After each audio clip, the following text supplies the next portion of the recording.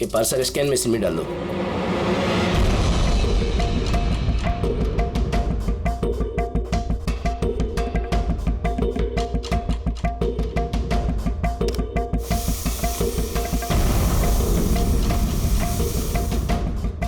ये parcel reception में दे दो।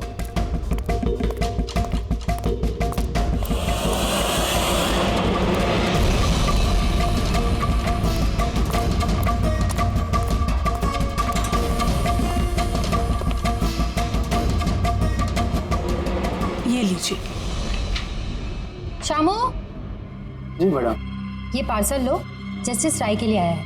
वो ऊपर प्राइवेट लॉज में बैठे हैं, उनको दे दो। बाप रे, जस्टिस राय, उनके पास कौन जाएगा? क्यों, क्या हुआ?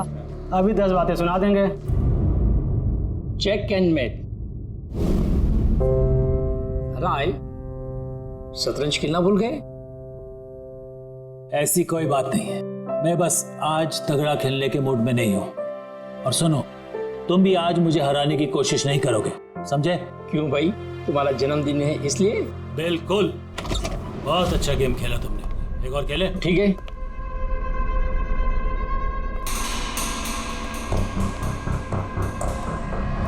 हेलो सर, राय सर। क्या है? हैप्पी बर्थडे सर, आपके लिए पार्सल आया। ठीक है, रखो इधर, रखो इधर आओ। अब क्या हुआ सर? ये लो। Thank you sir, thank you very much sir. Happy birthday sir. कुछ चाहिए तो बोलिएगा सर। ठीक है। उसने सोचा भी नहीं होगा डांट की जगह टिप मिलेगी। ये सब लोग ना मुझे घूसट और खड़ूस समझते हैं, लेकिन मुझे इससे कोई दिक्कत नहीं है। इनफैक्ट मुझे मजा आता है। अरे ये सब छोड़ो, पैकेट खोलो ना, क्या है?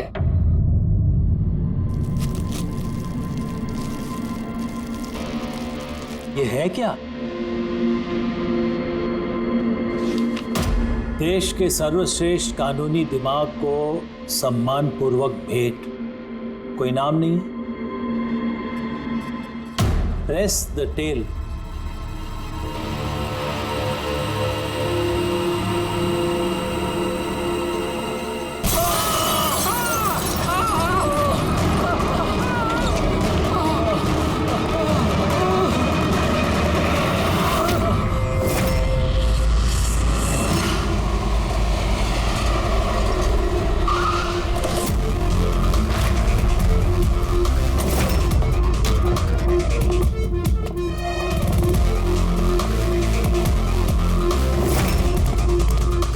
आपने कहा था बॉम्ब ब्लास्ट हुआ। हाँ सर, लॉन्च में सर, वो दोनों वहीं थे सर।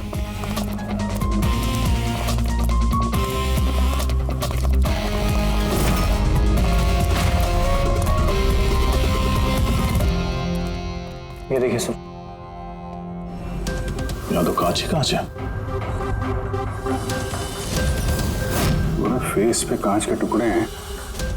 जख्म बहुत गहरा नहीं दिख रहा है, खून भी ज्यादा निकला नहीं है, तो फिर उसकी मौत कैसे होगी?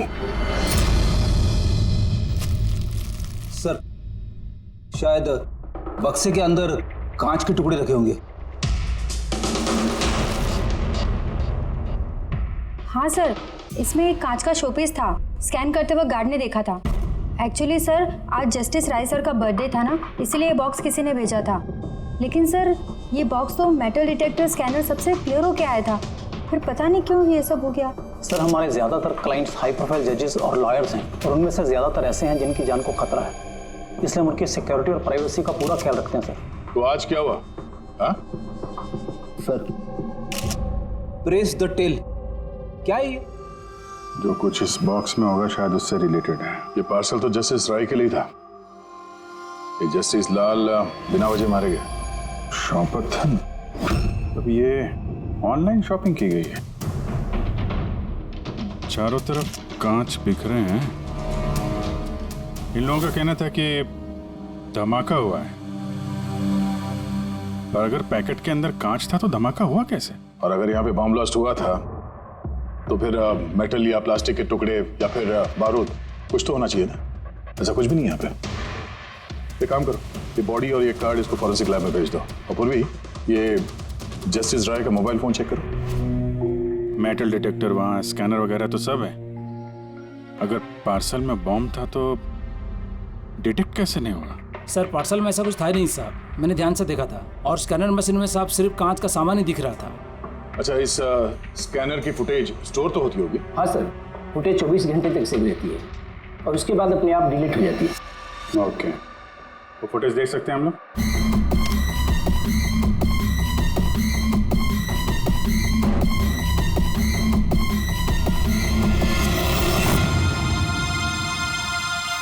ये क्या? कोई शोपीस तो लग रहा है। देखिए सर, कहीं कोई मेटल है ही नहीं और इतना पारदर्शी कांच ही हो सकता है। जब वो डिलीवरी बॉय आया था तब की फुटेज है?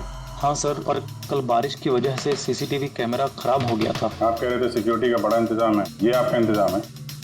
Sorry sir.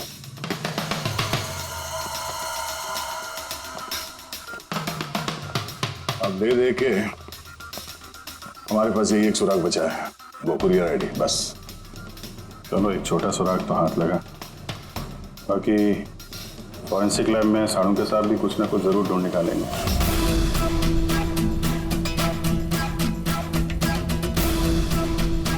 ये गुत्थी तो सूरज ही नहीं रही है। समझ में नहीं आ रहा है आखिर ये हुआ कैसे। जैसा कि तू कह रहे तेरे समझ में नहीं आ रहा कि इन दोनों की मौत हुई कैसे? अरे नहीं, ये समझ में आ गया कि इनकी मौत कैसे हुई है। ये जो कांच के टुकड़े हैं ना, इनमें जहर है, इसकी वजह से इनकी मौत हुई है। कांच के टुकड़े जहरीले थे? हाँ, वो जो कांच का शोपीस बना था ना, तो शोपीस बनाते वक्त जब कांच को पिघलाया गया तब खूनी ने उसमें जहर मिला दिया। जब कांच ठंडा हो गया तो जहर पूरे के पूरे कांच में फैल गया। कोई सोच भी नहीं सकता था बॉस। और सर, जब हमने इन कांच के टुकड़ों को टेस्ट किया तो पता चला कि इसमें एक ऐसा जहर मिला हुआ था जो कोई भी अपने घर पे बना सकता है। सर, आप तो बोल रहे थे कि ये गुत्थी सुलझी नहीं है, मगर आपने तो पूरा केस ही सॉल्व कर दिया है। नहीं पंकज, ये केस सॉल्व नहीं हुआ है। सिर्फ ये पता लगा है कि कांच के टुकड़े जहरीले थे। बस ये केस जितना सिंपल दिख रहा है उतना सिंपल है नहीं। लेकिन सर, इसमें इतना कंफ्यूजन क्या है? कांच ब्लास्ट हुआ और उसके टुकड़े इन दोनों को लगे, जहरीले कांच के टुकड़े, जहर खून में मिला और इन दोनों की मौत हो गई, राइट? करेक्ट। लेकिन तुमने बीच में क्या कहा? कांच ब्लास्ट हुआ। अब सवाल यह है कि कांच ब्लास्ट कैसे हुआ? जब इसमें कोई विस्फोटक नहीं है, किसी किस्म का कोई केमिकल नहीं मिला है, तो ये ब्लास्ट हुआ कैसे? फोरेंसिक सर्जन कौन है? मैं हूं। तो फिर तुम बताओगे ना। फॉरेंसिक एक्सपर्ट हूं, जादूगर नहीं हूं। अच्छा, समझ में नहीं आ रहा तो जादूगर नहीं हूं। सर, इन जहरीले टुकड़ों के अलावा हमें एक और चीज मिली है। क्या? ये कार्ड जो इस गिफ्ट के पास था, ये कार्ड का पेपर वैसे तो मोटा दिख रहा है, लेकिन एक्चुअल में ये 2 पेपर को यूं चिपका कर बनाया गया है। और ये देखिए इसमें क्या लिखा है। सजाए मौत। मतलब खूनी ने सिर्फ कत्ल ही नहीं की, कत्ल के साथ साथ एक मैसेज भी भेजा, सजाए मौत।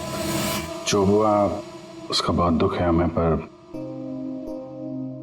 ऐसे समय में भी हमें आपसे कुछ सवाल करने पड़ेंगे। जी मैं समझ सकती हूँ। आपको किसी पर शक है? जी मेरे पति कानून पर सख्त और न्यायप्रिय इंसान थे, तो जाहिर सी बात है कि ऐसे इंसान के लाखों लोग दुश्मन हो सकते हैं। वो अपराधी जिनको इन्होंने सजा दी थी, वो वकील जो इनकी सख्ती से बहुत परेशान थे और इनके फैसले से नाखुश भी। आए दिन उन्हें धमकियां भरे फोन आते थे और लेटर्स भी, पर इन सब के बावजूद भी वो अपने आप पर गर्व महसूस करते थे। उन्हें लगता था कि उनके ईमानदारी का ये इनाम था। I'm sorry, इससे आगे मैं और कुछ आपको बता नहीं पाऊंगी, पर हाँ, आनंद आपको सब कुछ बता देगा। आनंद? आनंद कौन है? आनंद इनका पर्सनल असिस्टेंट है। कहाँ मिलेंगे मिस्टर आनंद? वो मेरे पति के चेंबर में ही ऊपर बैठकर काम कर रहे हैं। आप चाहे तो उन्हें मिल सकते हैं। मिस्टर आनंद, जस्टिस राय पे बहुत सारे हमले हुए थे, बहुत लोग दुश्मन थे उनके। क्या जानते हैं इनके बारे में आप? सर, उनको धमकी देने वाले लोगों की कमी नहीं थी। अच्छा, ऐसे कितने लोग थे जिन्होंने जान से मारने की धमकी दी थी? अनगिनत। उनकी धमकियों को ट्रॉफी के जैसे संभाल कर रखते थे। 1 मिनट सर।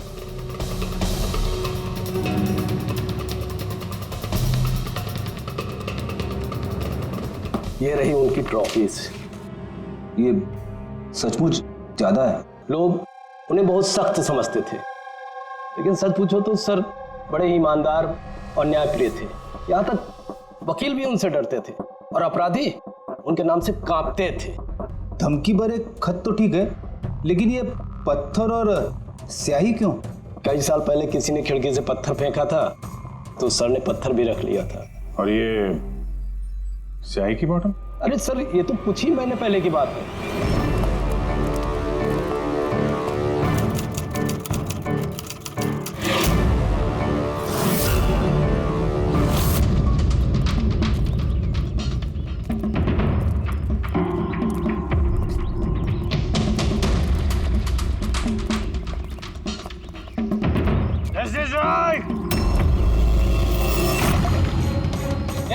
क्या कर रहे हो?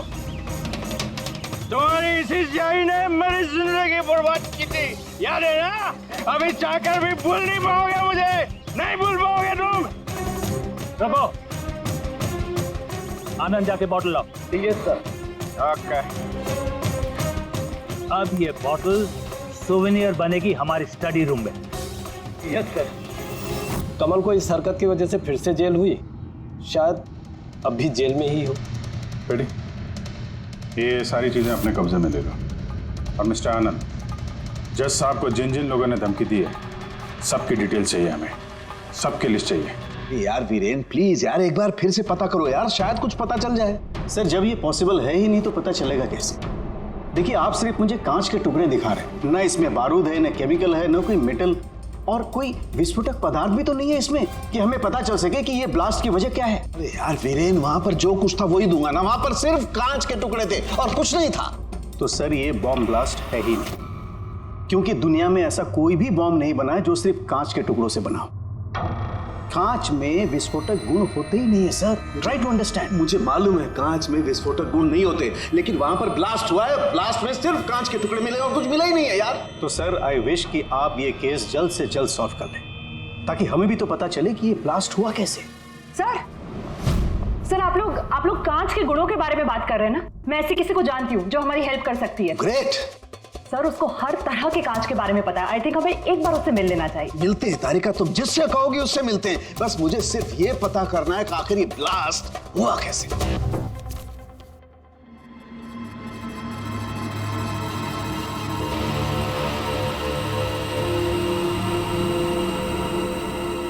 हाँ भाई, कहाँ तक पहुँचा? सर बस 2 मिनट हो जाएगा, 2 मिनट। ओके, देखें पूर्वी को क्या मिला। फोन से कुछ पता चला राय साहब के? हाँ सर, कुछ अजीब से मैसेजेस मिले हैं जस्टिस राय और जस्टिस लाल के बीच। अजीब मैसेज? कैसे हैं? ये देखिए सर, ये मैसेजेस हैं या शायद कोई कोड्स हैं जो नंबर्स और लेटर्स को मिला के बनाए गए हैं। ये देखिए सर, ये मैसेजेस जस्टिस राय ने जस्टिस लाल को 2 बार भेजे, एक बार 3 महीने पहले और दूसरी बार सिर्फ 1 महीने पहले। अब या तो ये इन दोनों दोस्तों के बीच का कोई सीक्रेट कोड है, या तो फिर कोई ऐसी खास बात है जो जस्टिस राय जस्टिस लाल को बताना चाहते हैं। एक काम करो, ट्राई करो डिकोड करने के लिए, देखो कुछ पता चलता है क्या। हाँ, ये लिस्ट पूरी हुई? हाँ सर, जस्टिस राय के पीए आनंद ने जो हमें धमकियों के बारे में बताया था सर, उस हिसाब से हमने ये 3 सस्पेक्ट की लिस्ट बनाई है। 3 भागों में क्यों, क्या है? अब यहाँ पे जितने लोग हैं इनमें से सभी लोगों ने कभी ना कभी जस्टिस राय को धमकी दी है और इनमें से ज्यादातर लोग जेल में भी है। लेकिन ये वनेश, ये एक मर्डर के केस में अंदर गया है और बाद में इसकी दिमागी हालत ठीक नहीं है, इसलिए इसे रिहा कर दिया गया। और ये कमल जी, इन्होंने जस्टिस राय पे स्याही फेंकी और इस जुर्म में इन्हें अंदर कर दिया गया। फिलहाल ये कहाँ पर है उसकी कोई जानकारी नहीं है। सर ये दूसरी लिस्ट जो है, इसमें से ये 3 लोगों को सजाए मौत दी हुई है सर जस्टिस ने, और ये अभी भी जेल में अपनी सजा काट रहे हैं। 3, ये चौथा, ये कौन है? सर ये है किशोर जी, इनके बेटे को जस्टिस ने 3 साल की सजा दी थी सर, और न्यूज़ में एक आर्टिकल आई थी कि ये सजा ज़्यादा देने की जरूरत नहीं थी और इस वजह से वो शायद डिप्रेशन में होगा और उसने अपनी आत्महत्या कर ली सर। तो इस किशोर के पास अच्छी खासी वजह है बदला लेने की। और ये है धवन, ये एक वकील है पेशे से और अजीब बात यह है कि पिछले साल इसने जस्टिस राय के कोर्ट में बहुत सारे केसेस लड़े, पर वो एक भी जीत नहीं पाया, सारे हार गए। तो कहीं ये हारा हुआ वकील बदला लेने के चक्कर में राय साहब को, हाँ ये भी हो सकता है कि ये कोई काबिल वकील ही ना हो। तो अब कुल मिला के हमारे पास बचते हैं 4 सस्पेक्ट। एक ये कमल, वनेश, किशोर और धवन। सर, गिफ्ट भेजने वाले का पता चल गया। वो गिफ्ट कमल ने भेजी थी और शॉपेथॉन वालों ने कुरियर की आईडी से पता किया है। तो उनके पास उसका एड्रेस तो होगा ना? नहीं सर, एड्रेस का तो पता नहीं चला। कोई बात नहीं, कमल जिस जेल में था वहां से पता चल जाएगा, वहां चलते हैं। सॉरी ऑफिसर, लेकिन हमें उसे 1 महीना पहले ही छोड़ना पड़ा। जज पे हमला किया था, इतनी जल्दी छूट गया? 1 मिनट, आपने कहा कि उसे छोड़ना पड़ा, लेकिन क्यों? उसकी तबीयत की वजह से, क्योंकि सालों से उसको नशे की लत थी। 7 साल पहले वो एक केस में पकड़ा गया था, वहाँ उसने पीना छोड़ दिया, लेकिन जेल से छूटने के बाद फिर उसने पीना शुरू कर दिया, इसलिए उसका पूरा लीवर खराब हो चुका था। ये भी तो हो सकता है कि उसने लीवर खराब होने का बहाना किया हो। नहीं सर, हमने डॉक्टर से कंफर्म करके उसे छोड़ा था।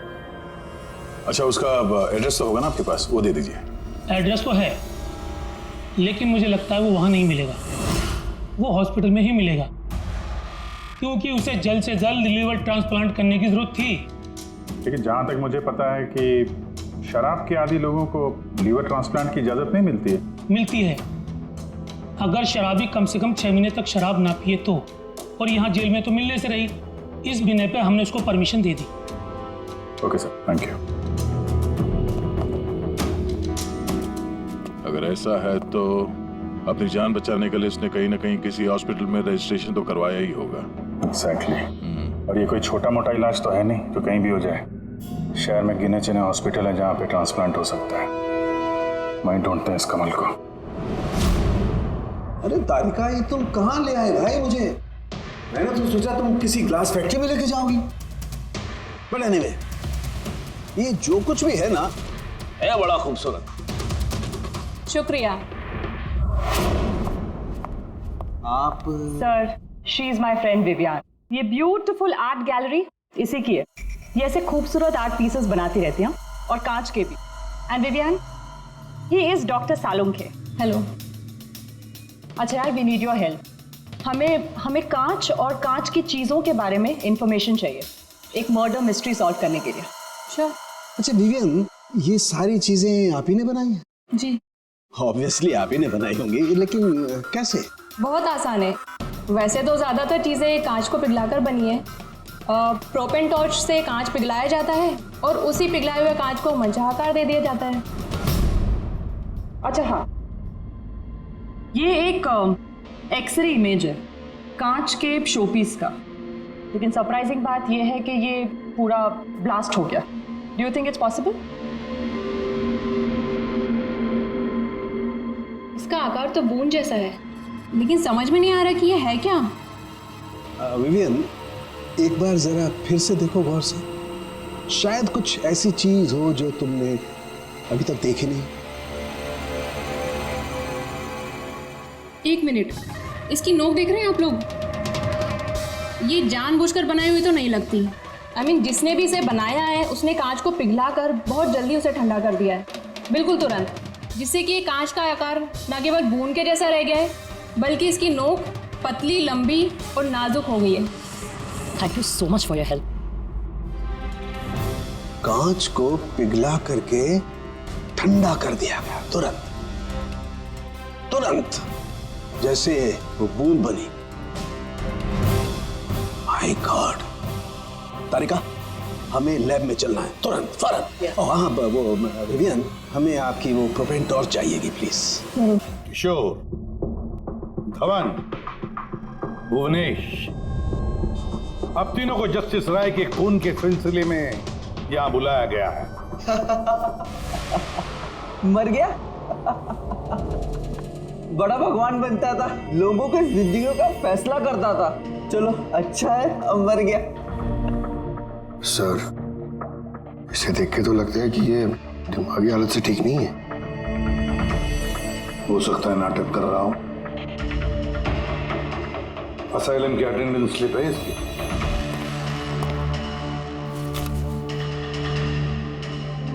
सर इसमें तो लिखा है कि 1 महीने से बाहर ही नहीं गया असाइलम से। और ये रिपोर्ट खुद डॉक्टर ने बनाई, ये देखिए।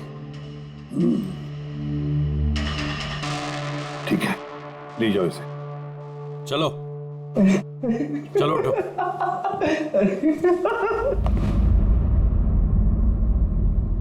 खुश तो आप भी होंगे ना जस्टिस राय की मौत से? देखिए, मैं मानता हूं कि मेरे बेटे ने गलती की थी, गलत संगत में पड़ गया था वो, लेकिन न तो उसका गुनाह इतना बड़ा था और न ही उसकी उम्र कि उसे माफ न किया जा सके। और फिर अगर सजा देनी ही थी तो कम सजा दी जा सकती थी उसे, लेकिन जस्टिस राय ने ऐसा कुछ नहीं किया, जिसकी वजह से आपके बेटे ने आत्महत्या कर ली। जी। और आप जस्टिस राय को उसका जिम्मेदार मानते हैं? बिल्कुल मानता हूं, और मैं खुद को भी जिम्मेदार मानता हूं। शायद मेरी अपनी परवरिश में कोई कमी रह गई थी। और धवन जी, आपने पिछले साल में जस्टिस राय के कोर्ट में 17 केसेस लड़े हैं और आप 17 के 17 केसेस हार गए। आपको भी गुस्सा आया होगा, इसलिए आपने तो इस वजह से मैंने उनका खून कर दिया, ऐसा सोच रहे हैं आप? इससे बचकानी सोच कोई हो ही नहीं सकती। इस वजह से कोई किसी का खून करता है क्या?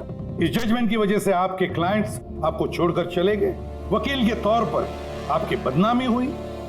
जस्टिस राय ने ना सिर्फ आपके खिलाफ जजमेंट दी, बल्कि आपके प्रैक्टिस के खिलाफ, आपकी वकालत के खिलाफ जजमेंट दी। सर, मैं मानता हूं आपने जो कुछ भी कहा सच है, लेकिन इससे यह कतई साबित नहीं होता कि मैंने उनका खून कर दिया है।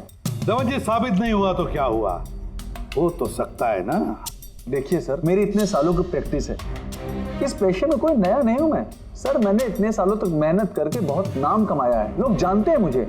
और सर, जिस वक्त जस्टिस राय का खून हुआ उस वक्त मैं कहां था, क्या कर रहा था, किसके साथ था, इन सब बातों का ब्यौरा दे सकता हूं मैं, वो भी गवाहों और सबूतों के साथ। एक बात मत भूलिए धवन जी, खून एक पार्सल की वजह से हुआ है, और जिस वक्त खून हुआ उस वक्त खूनी वहां पर मौजूद नहीं था, समझे आप? इसलिए आपके गवाह और आपके सारे सबूत हमारे लिए कोई मायने नहीं रखते। आप सिर्फ भूलिएगा मत कि जब तक ये केस सॉल्व नहीं होता आप हमारे शक के दायरे में हैं।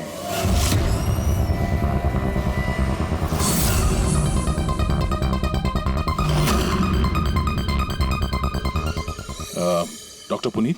Yes sir, that's doctor Puneet. Thank you. Doctor Puneet, हम लोग सीआईडी से हैं, आपसे फोन पे बात हुई थी कमल के बारे में। जी हाँ, मुझे याद है। दरअसल कमल हमारे लिवर ट्रांसप्लांट की लिस्ट में है और हम उसके लिए सही डोनर का इंतजार कर रहे हैं। और एक बात अच्छी है कि उसने शराब पूरी तरह से छोड़ दी है, वरना हम ये ऑपरेशन नहीं कर पाते। तो आपके पास इस कमल का एड्रेस तो होगा? जी, एड्रेस तो नहीं है। तो डॉक्टर साहब, उसको अगर डोनर मिल गया तो आप उसे कांटेक्ट कैसे करेंगे? सिंपल है, हम डोनर्स और जरूरतमंद पेशेंट की लिस्ट हमारी वेबसाइट पर अपलोड कर देते हैं और सभी पेशेंट्स अपने डोनर्स की सही लिस्ट वहां पे देखते हैं और हमें कांटेक्ट करते हैं। अगर कमल अपना नाम लिस्ट में देख लेता है तो यकीनन वो यहाँ आ जाएगा। ये तो बहुत अच्छी खबर है। डॉक्टर साहब, आपको हमारा एक काम करना होगा। पिघले हुए गरम गरम कांच को तुरंत ठंडा करना है, तुरंत। और पानी से ज्यादा अच्छा ये काम और कौन कर सकता है?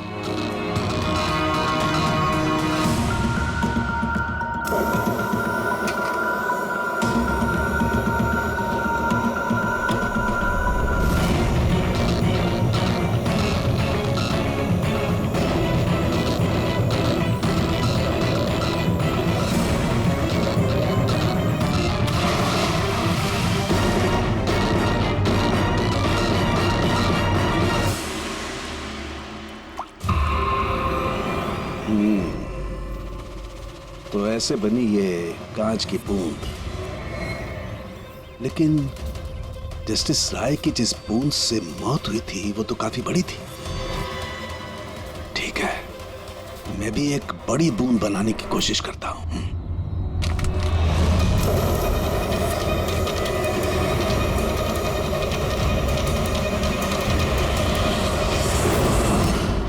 ये कोड्स आखिर है क्या?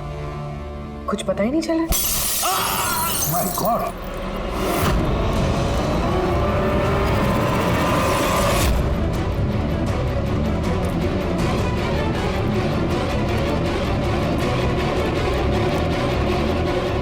अरे सर, सालों के साथ क्या हुआ? सर क्या हुआ सर? सर ये सब हुआ कैसे?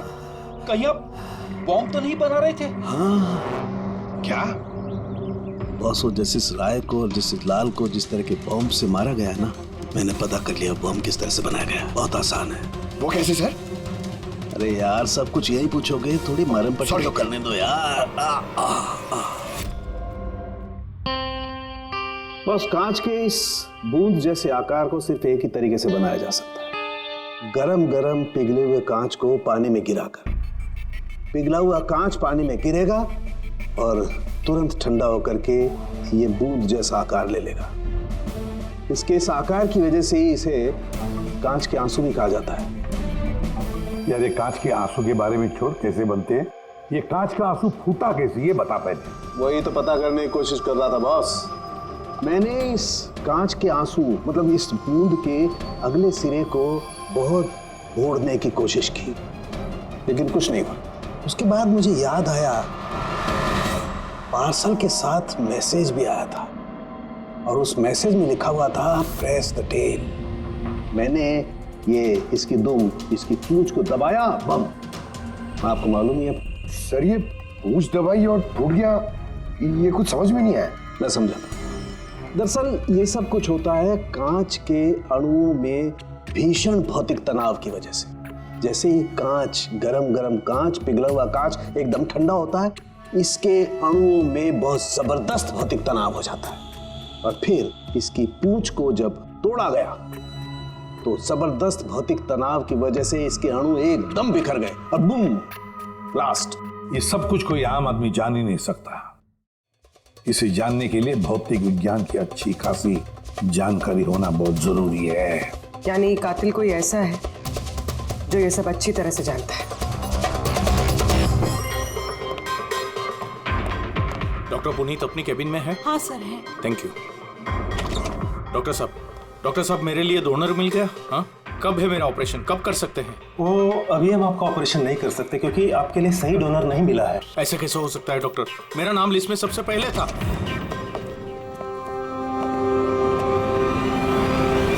देखिए, मेरी सजा काट चुका हूँ पूरी तरह से, फिर आप लोग मुझे कहाँ लेके जा रहे हैं? मैंने ऐसी कोई गलती भी नहीं की है। जस्टिस राय का खून हो गया है। क्यों किया खून? जस्टिस राय का खून? लेकिन मैंने कुछ नहीं किया। आपने शॉपटाउन वेबसाइट से जस्टिस राय के लिए उनके जन्मदिन पे तोहफा भेजा था ना? नहीं तो मैंने कोई तोहफा नहीं भेजा था। तुमने कुछ नहीं किया तो फिर तुम अंडरग्राउंड क्यों थे? देखिए, मैं अंडरग्राउंड नहीं हुआ था। सचमुच मेरी तबीयत खराब रहती है, इसलिए शहर से बाहर हेल्थ स्पा ज्वाइन कर लिया है मैंने।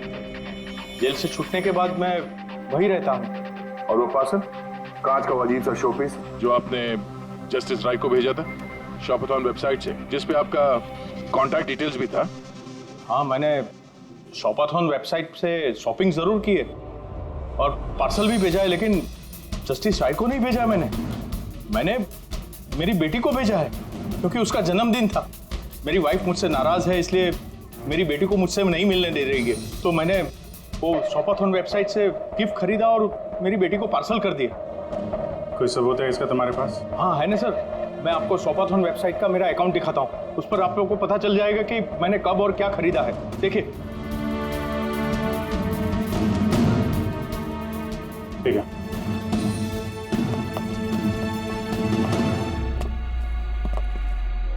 ये आदमी तो वाकई सच बोल रहा है। इसने तो वो गिफ्ट अपने बेटी के लिए खरीदा था, और वो भी जस्टिस राय की मौत के 2 हफ्ते पहले।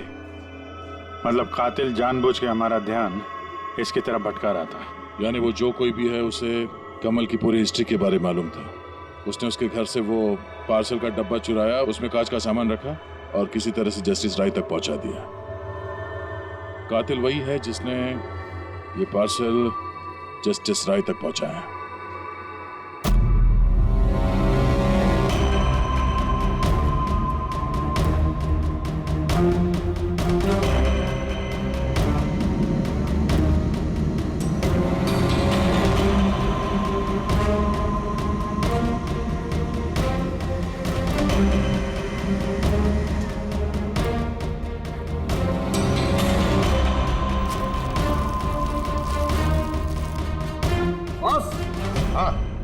एक मिनट जरा,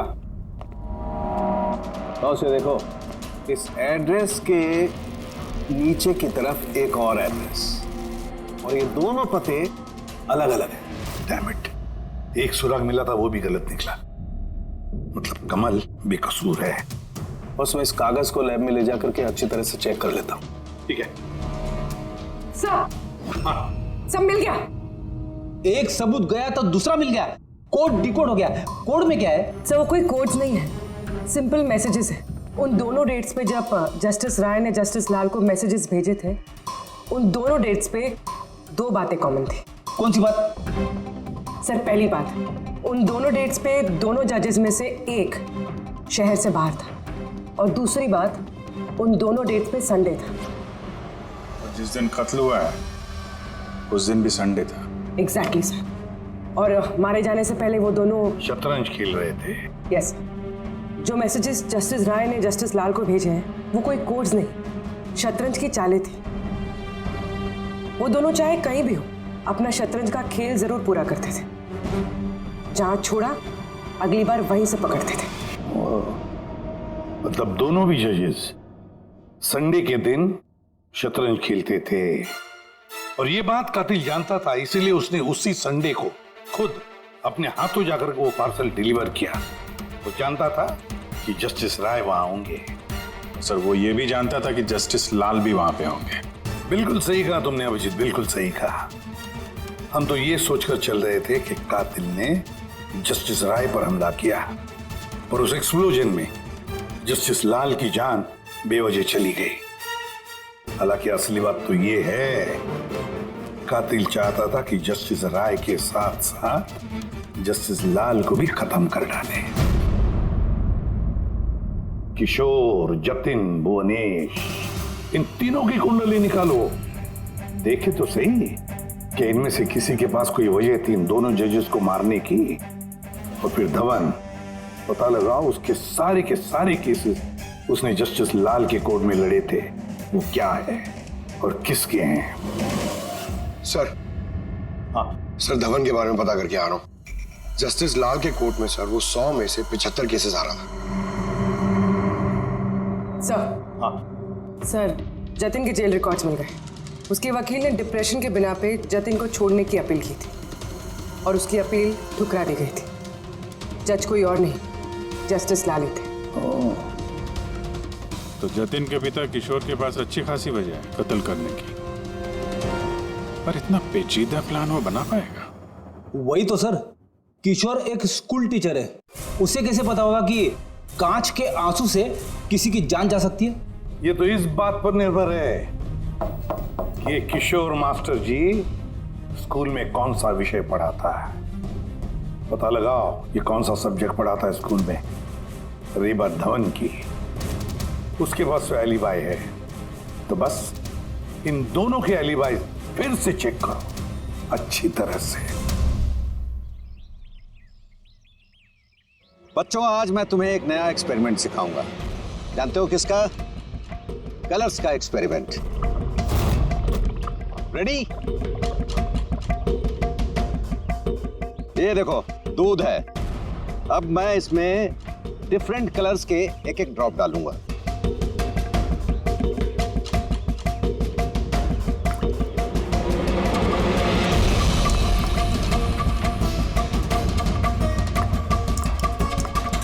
Now come here. देखो बेटा, अब जब मैं ये बड इसके अंदर डालूंगा तो तुम्हें देखने को मिलेगा कि अणु किस तरीके से प्रक्रिया करता है। देखो,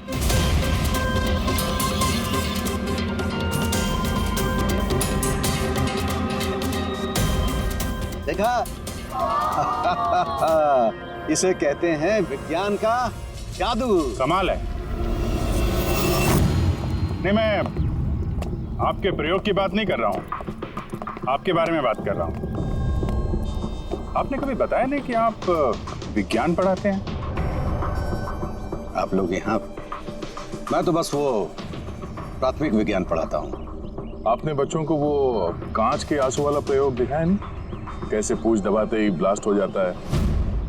हाँ? आप क्या बात कर रहे हैं? मुझे नहीं पता। आपको सब पता है। अब जरा इन बच्चों को जाने के लिए कहिए। बच्चों, आज के लिए छुट्टी, बाकी की पढ़ाई कर जाओ तुम लोग। सर को पहचानते हैं आप?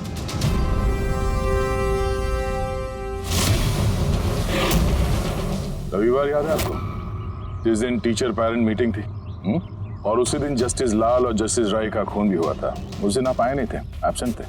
इस केस में जिन लोगों पे हमें शक था उनकी एलिबाइज, यानी कत्ल के वक्त वो कहाँ थे, किसके साथ थे, उसका पूरा ब्यौरा सबूत के साथ हमारे पास है, सिवाय आपके। रविवार को आप कहाँ थे? मैं घर पे ही था। मेरी तबीयत नहीं ठीक थी, इसलिए मैं जा नहीं पाया। झूठ। आप घर पे नहीं, क्लब हाउस में थे। जस्टिस राय को वो पैकेज डिलीवर करने गए थे। अगर मैं मान लूं कि आप ठीक कह रही हैं, कोई सबूत है आप लोगों के पास? सबूत तो खैर अभी नहीं है।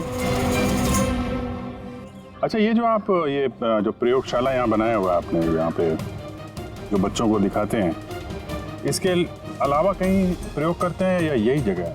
नहीं, बस यहाँ पे यही एक खुली बड़ी जगह है जहाँ मैं बच्चों को कुछ इंटरेस्टिंग प्रयोग बताता हूँ। अच्छा।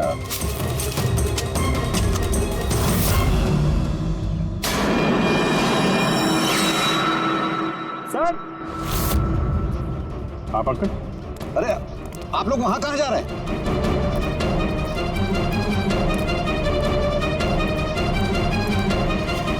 अरे ये क्या कर रहे हैं आप? प्रोफेसर साहब, आपको सबूत चाहिए था ना, वही ढूंढ रहे हैं। सर, पहचान रहे हैं ना इसे आप?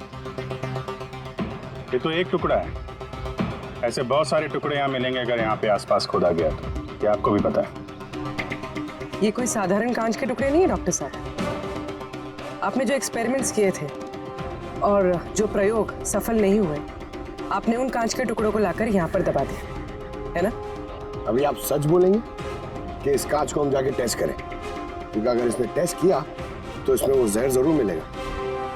हाँ, मैंने ही उन दोनों को मारा है, क्योंकि उन दोनों ने मिलकर के मेरे बेटे को मारा है। मैंने उसी वक्त ठान लिया था कि इन दोनों से अपने बेटे की मौत का बदला लूंगा मैं।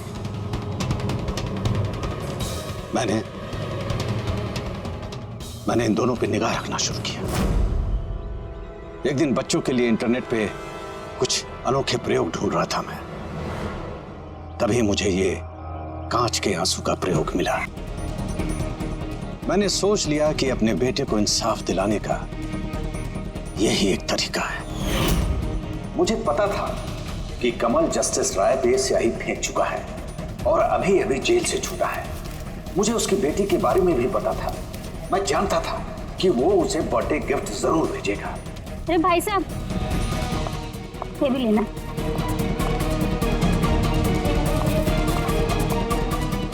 बस उसी गिफ्ट का डब्बा मैंने वहां से उठा लिया और अपने प्लान को अंजाम दिया। मैंने उसे बहुत सावधानी से पैक किया।